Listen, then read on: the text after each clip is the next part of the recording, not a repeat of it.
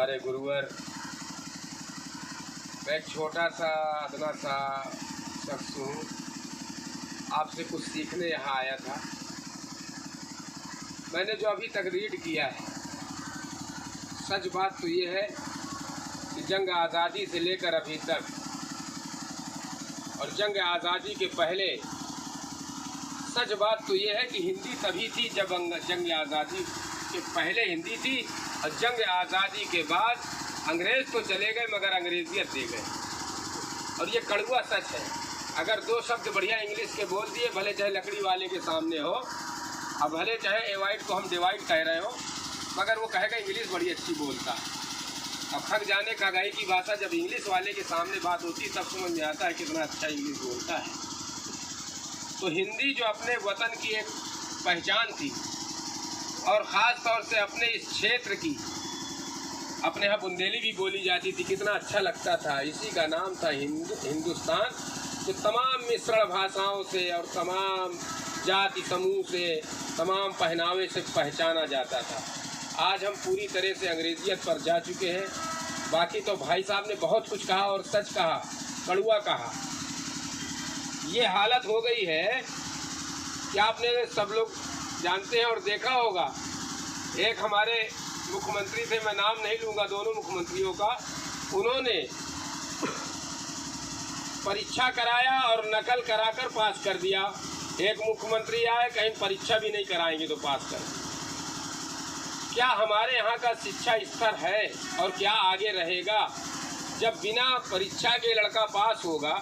मैं आपको सच बता रहा हूँ, राम कृपा में मेरी बेटी पढ़ती है, तो मैंने उनसे प्रिंसिपल साहब कहे कि क्या करना है भाईजान, उसको बढ़ाना? मैंने कहा नहीं, वही रखना है, बढ़ाना नहीं है, क्योंकि उसका जब सिलेबस आगे जाएगा तो वो पढ़ ही नहीं पाएगी, क्योंकि उसकी बुनियाद कमज़ोर है। भाई साहब जानते हैं हमारे बाबा हेड मास्टर थे, और मौलवी की डिग्री थी, जल्दी किसी के पास नहीं होती, ना मिल पाती है। मौलवी की डिग्री बड़ी कठिन होती।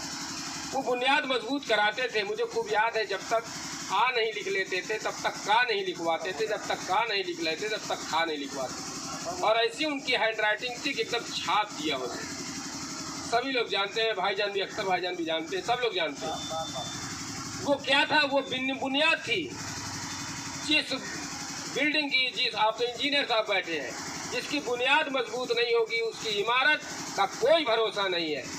इसी तरह से आज हमारी हिंदी हमारे घर से चली गई, हमारे ज़बानों से चली गई, हमारे कल्चर से चली गई।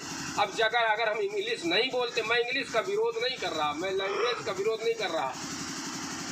जैसे भाई साहब अभी कह रहे थे, नाम ले रहे थे पैगंबर साहब का, तो मोहम्मद सल्लल्लाहु अलैहि वसल्लम ने कहा इस बात को, उस वक्त कहा जब अरब से चीन की बहुत दूरी थी और पदयात्रा थी, जहाज वहाज कुछ भी नहीं थे, पानी वानी वाले भी नहीं थे। तब आपने कहा था कि इल्म हासिल करने, यानी शिक्षा, इल्म हासिल करने अगर आपको चीन जाना पड़े तो जाइए, मगर इल्म हासिल करिए। इल्म के लिए किसी भी धर्म ने, किसी भी धर्म गुरु ने मना नहीं किया। मगर वो जो अभी भाई साहब ने एक बात और कही कि हमारे परिवेश में, हमारे संस्कारों से हम खुद हिंदी को गुजारते जा रहे हैं, उसको छोड़ते जा रहे हैं। उस पर एक ये बहुत बड़ा विचारणीय विषय है। इस पर हम सबको विचार करना है कि हम बढ़िया, पहले चरण स्पर्श हो, कितना बढ़िया लिखा जाता था। हम लोग उर्दू से लिखते थे, ऐ खत अदब से जाकर मेरा सलाम कहना, ऐ खत अदब से जाकर मेरा सलाम कहना, सीरी जुबा बनाकर फिर कुछ कलाम कहना।